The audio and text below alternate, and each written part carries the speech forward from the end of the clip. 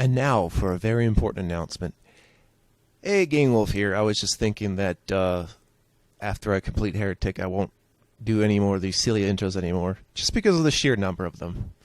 Anyway, I won't explain too much about that. And now back to our regularly scheduled programming. We go into episode 2 of Heretic this time. And the world's on fire.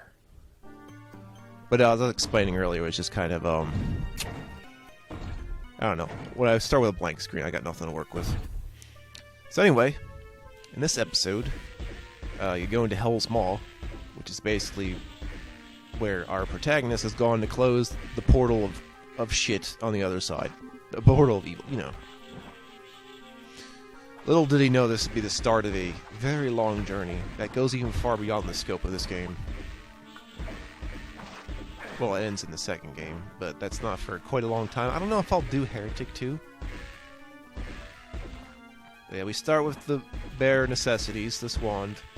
I'm going to pick up a crossbow, and there's going to be at least one weapon introduced in this video. I won't be using it because I will just pick it up right at the end. So, next level, you'll be seeing me use it. We're also going to get a new enemy.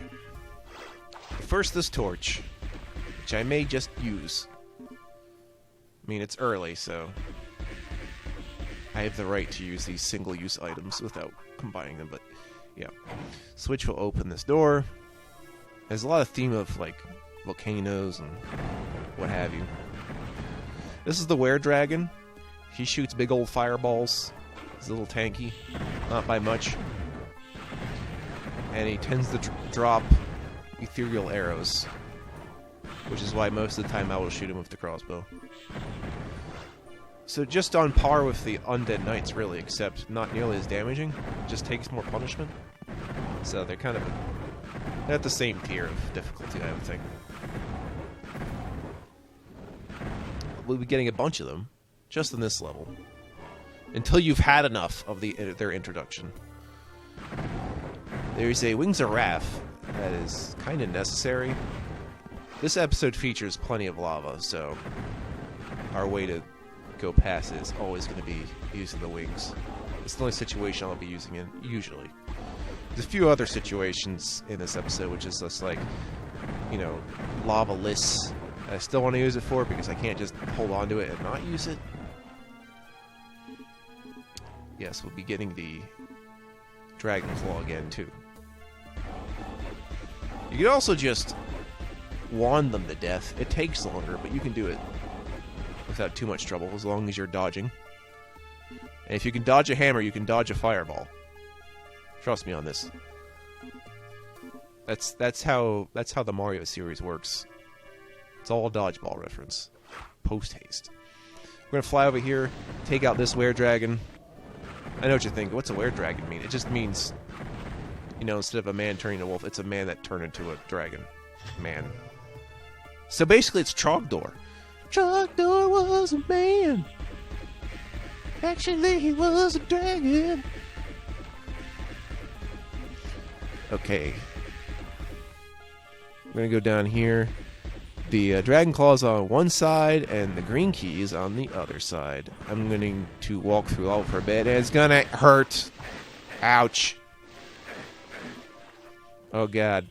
If I go in the center, there's a quartz flask, and you're not going to be soft-locked. There's a quick teleport out that takes you to the start level. But you mostly don't actually need the flask. Just wanted to demonstrate that if you go in there, it's not the end of the world.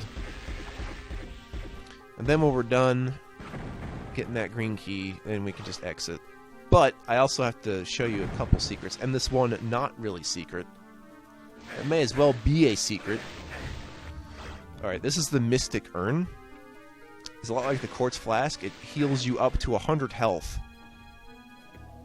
So is the analog of the, I guess, the Soul Sphere. But you can never have more than 100 life. It'll just take you up to 100 instantly the moment you use it. Definitely a definitely a good thing to have around. It's just by the time you're getting damaged, usually by the time I'm getting damaged to the point where I need one, I have to run the fuck away so I don't die before getting to use it.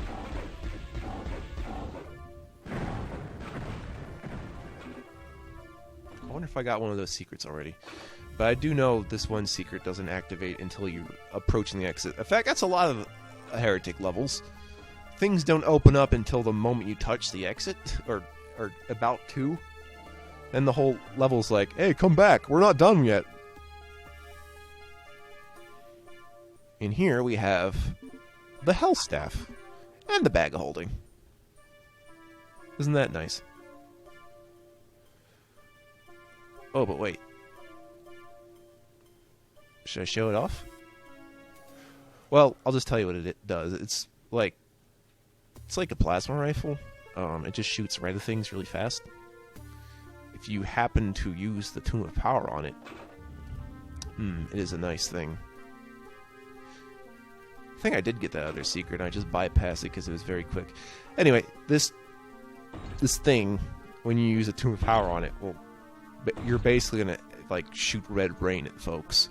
It is ridiculously powerful.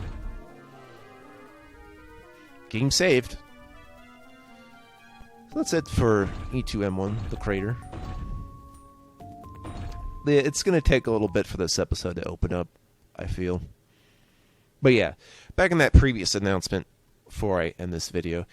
No, it's just I realize I'm going to be making thousands of videos for the foreseeable future, and I can't generate lame intros fast enough due to blank screens. I will see you next time, where I will use the Hellfire Staff, I believe, and we might meet an old friend on the way, and some new friends. Definitely some new friends. I'll see you there, old and new friends. Goodbye.